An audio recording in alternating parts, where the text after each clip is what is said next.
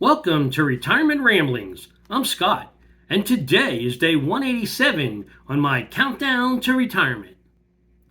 So today I completed a 365-day streak on Spider Solitaire, winning at least one game every day for the last year. I'm currently on level 1498, but I use Solitaire both as a way to kill time, but also as a way to keep my brain engaged in troubleshooting and problem solving. Then after winning that, I went in to my spare bedroom and I trimmed back my hydroponically growing Aero Garden mint and fresh dill. They continue to grow like weeds, and I continue to cut them back. Even if I can't use them, I just need to, they'll just be to the floor if I don't. Then I went to log in to do my financial update and found out that Excel wouldn't work for me. And I logged into my Microsoft account and found out that I needed to renew. So Microsoft went up $30 this year because they're including AI credits into their plan. So it used to be $99 a year. Now it's $99.99. Now it's $129.99. So that $30 Copilot fee, I guess, got added into my subscription, whether I care to use it or not. Doesn't really. I guess I don't have a choice.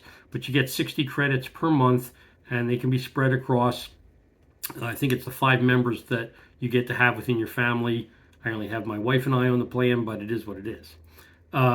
Then I did, once I was able to get Excel working again, then I did do my weekly financial review, and we ended the week up 1.59%. So I was happy about that.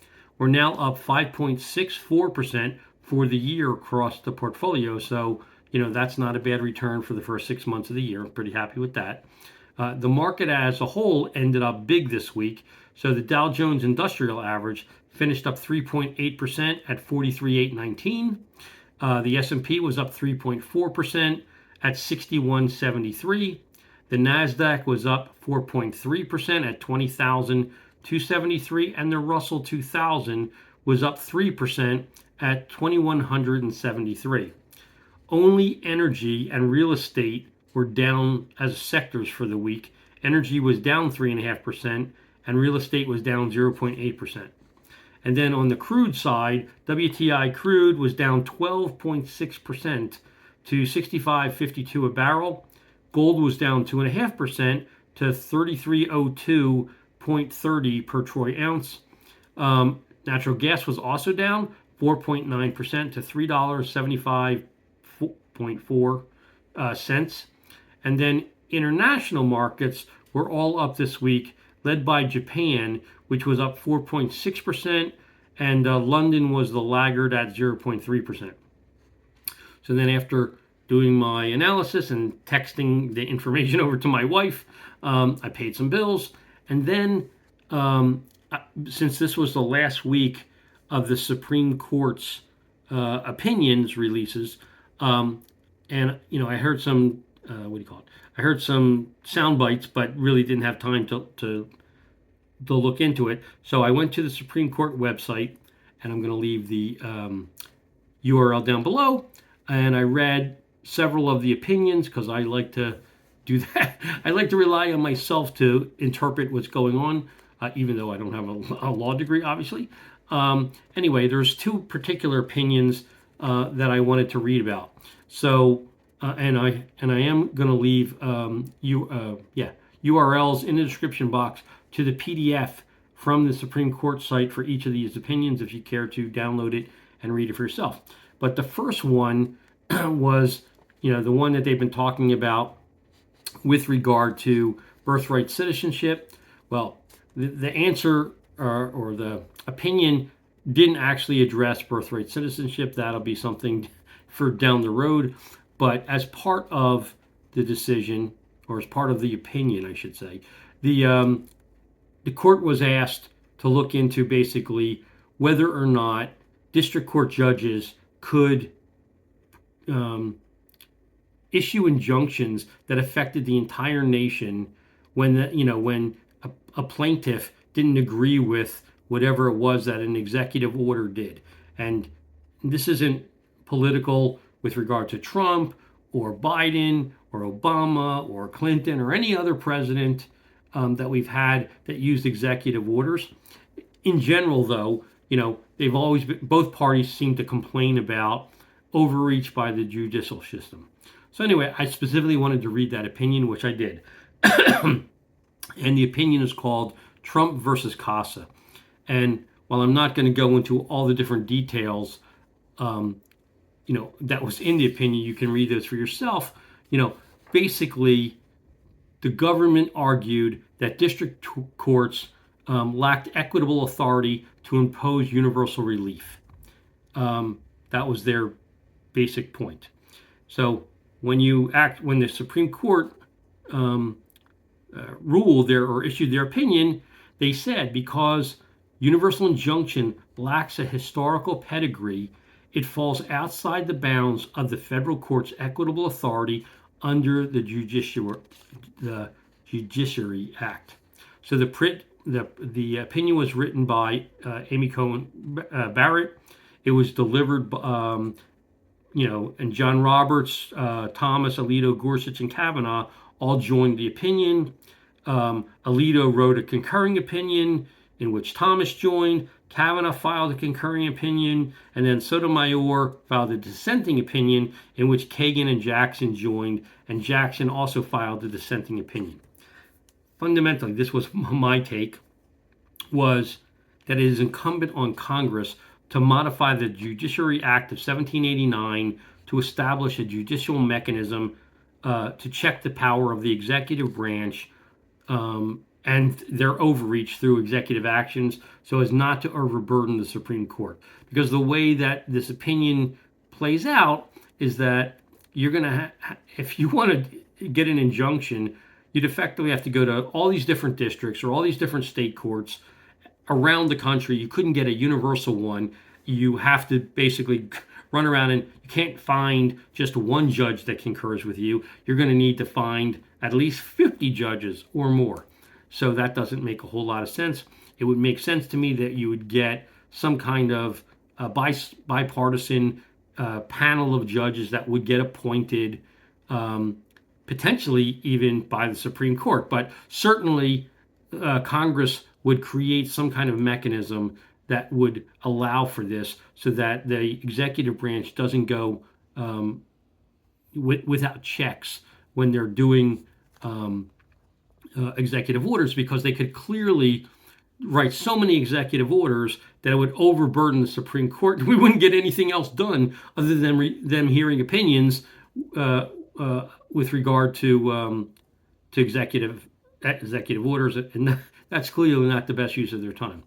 Anyway, the other one I was interested in was an issue that mandated coverage under the ACA. So basically, a plaintiff who, which was Braidwood Management, runs a health and wellness center offering insurance coverage to its approximately 70 employees through a self-insured plan. They didn't want to have to put in all the different components that are required under the ACA. And so they sued. It went to the Supreme Court. And fundamentally, the Supreme Court's opinion was that Congress has vested the appointment authority in the Secretary of HHS through two steps. The Secretary has properly exercised his appointment authority since June of 2023. That appointment authority allowed him to establish a panel, I forget how many people there was, 16, 18, whatever it is, that gets to look at what things are included and not included in the standards of the ACA. And, basically whatever this panel agrees to has to get covered. That's the fundamental output. So basically, Kavanaugh wrote the opinion.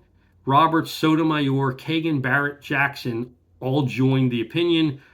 Thomas filed a dissenting opinion, and Alito and Gorsuch joined that. So basically, if this panel reviews a set of circumstances that they want included in coverage by insurance companies or by self-insurance providers, based on this ruling, the different providers or the self-insurance party need to include it without additional cost to the consumer that's underneath that particular policy.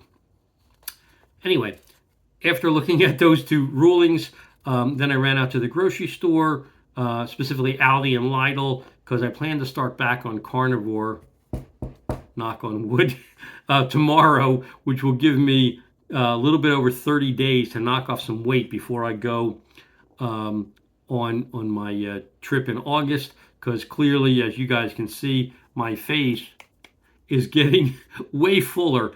I carry it here and I carry it in my stomach. I don't like it. And, at this point, especially like for summertime stuff, it's not a problem. I got plenty of stuff I can wear. But for things where you have to be outside and wear layers like long pants or what have you, I got very few pairs of pants that still fit me. So I definitely need to drop some pounds. And the quickest way I know to do that is to get back on carnivore. Plus, I'll just feel better. So I wanted to make sure that my freezer and my refrigerator was stocked with the proteins that I need. So I went and took care of that. Then while we were out, stopped for lunch at Bojangles because I've been looking forward to getting fried chicken. Even though I tried to make fried chicken last week, which I shared with you guys, didn't turn out very well. I was really in the mood for that, and I haven't had real fried chicken in a long time. And I decided I wanted to get that off my list so that there was no craving as I go moving forward onto carnivore. So we stopped at Bojangles, had that. But one of the interesting things for me anyway was when we went in, there was probably 6 people that were the staff of the restaurant. They were all standing in a back room on their cell phones, chatting it up or whatever. And we were standing there, and we were standing there, and we were standing there. And nobody noticed that we were there. And finally, my wife walked to the end of the counter, kind of leaned around, so that somebody, was waving so somebody could see that we were standing at the front. Well, the owner saw us because he was standing over in a different corner.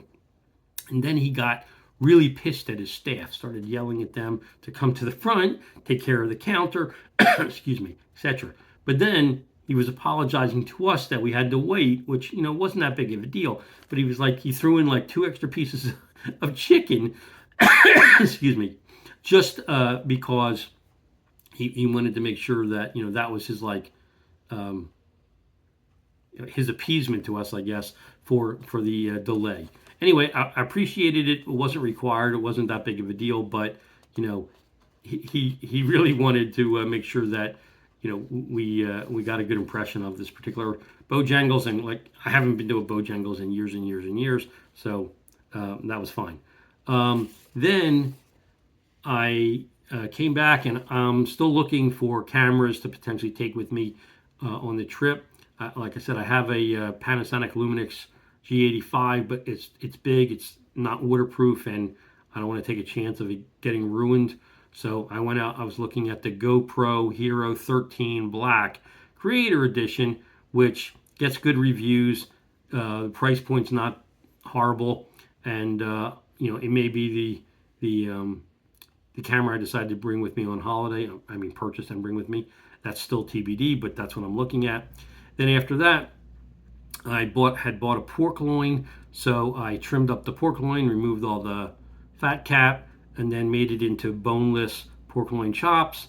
Then I vacuum sealed them, and basically, I'm able to get 3 meals. I'll be able to easily get 3 meals out of it. Each of the vacuum sealed packages has between 16 and 18 ounces of pork, so that should do me. Anyway, that's my update for today. If you have any questions or comments, please leave them in the comment section down below, or drop me an email at myretirementramblings@gmail.com. Otherwise, I hope you have a great evening, and until tomorrow, take care.